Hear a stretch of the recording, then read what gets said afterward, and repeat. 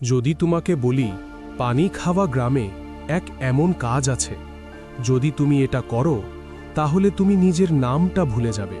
তুমি বিশ্বাস করবে, কিন্তু এটা সত্যি। আর হ্যাঁ, সবাই এটা নিজের ইচ্ছাতে করে। কেন?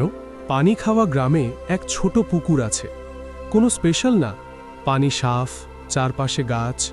লোকজন বলে যে কেউ ওই পুকুরের পানিতে হাত মুখ ধুয়ে নেয়, সে নিজের নামটা মনে রাখতে পারে না।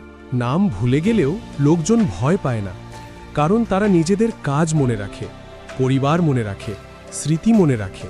একদিন এক ছেলে জিজ্ঞেস করে, যদি নাম ভুলে যাই তাহলে আমি কে?